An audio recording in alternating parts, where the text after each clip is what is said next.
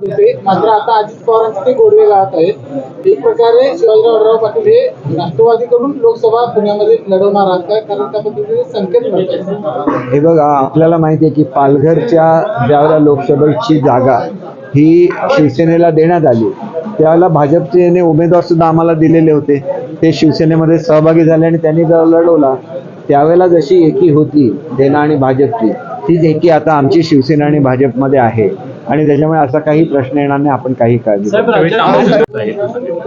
हे बघा, याच्यावर मी काय कॉमेंट करू शकणार नाही. आमची जागा आहे, आम्ही ती लढवणार, एवढंच मी पक्षाचा प्रतिनिधी म्हणून सांगू शकतो. तुम्ही आवाहन करताय स्कूल बस चालकांना, मात्र आव्हानानंतर जर ते सहभागी झाले यामध्ये तर सरकारकडून काही त्याच्यावर आम्ही उद्या आमची कॅबिनेट आहे, त्याच्यामध्ये आम्ही चर्चा करू आणि योग्य तो निर्णय स्तरावर हे निर्णय एकमताने घेतले जातात. त्याच्यामुळे हे आपण विचारता असा प्रश्न आमच्या बाबतीत कधीच नसतो, कारण आम्ही मनापासून एकत्र आहोत. काय सांगाल? एक गोष्ट अशी आहे की मी त्यांना नम्र आव्हान करतो की कुठल्याही परिस्थितीमध्ये वाहनाच्या संदर्भात असलेले प्रश्न आणि शिक्षण खात्यावर कुठल्याही परिस्थितीमध्ये त्याचा परिणाम होता कामा नये, याच्यासाठी त्यांनी आपसातच मीटिंग घ्यावी आणि मुलांना घेऊन जाणाऱ्या वगळांना जे वाहनं असतात त्यांना याच्यातून वगळावं अशी आमची त्यांना विनंती आहे. दावा केलेला आहे किंवा त्यांची कशी मागणी काय नेमकं? हे बघा, सर्वसाधारणपणे हे निर्णय हे वरिष्ठ स्तरावरून घेतले जातात, पण जिथं आमचे खासदार आहेत, प्रत्येक पक्षाचे जिथं खासदार आहेत तिथं त्या पक्षाने त्या जागा लढवायचं हे सर्वसाधारणपणे सूत्र असतं. त्याप्रमाणे या सूत्राचं पालन होईल याची आमची अपेक्षा. साहेब, शिवसंकल्प अभियानाच्या तयारीचा आढावा बैठक तुम्ही घेतली. राज्यभरात मुख्यमंत्री या अभियानामार्फत आहेत, ते राज्यभरात भेटी देणार. काय एकूणच तयारी आणि या संकल्प अभियानाचा काय फायदा पडतो?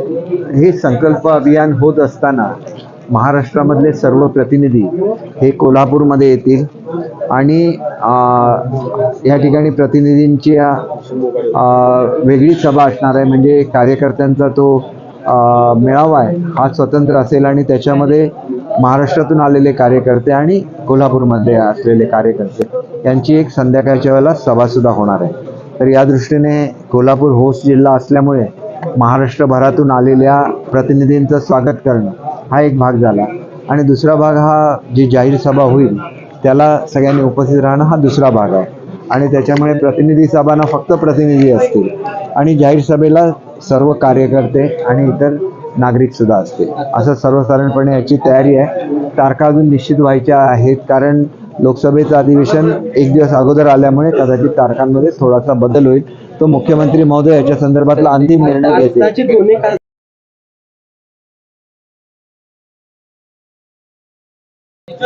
बघा, महाविकास आघाडी काय करते याच्याशी आमचं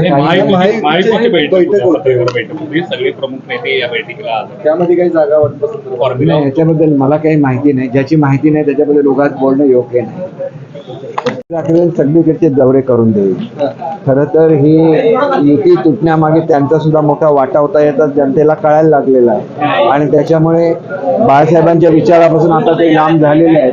इथे येऊन काँग्रेसचे काय विचारते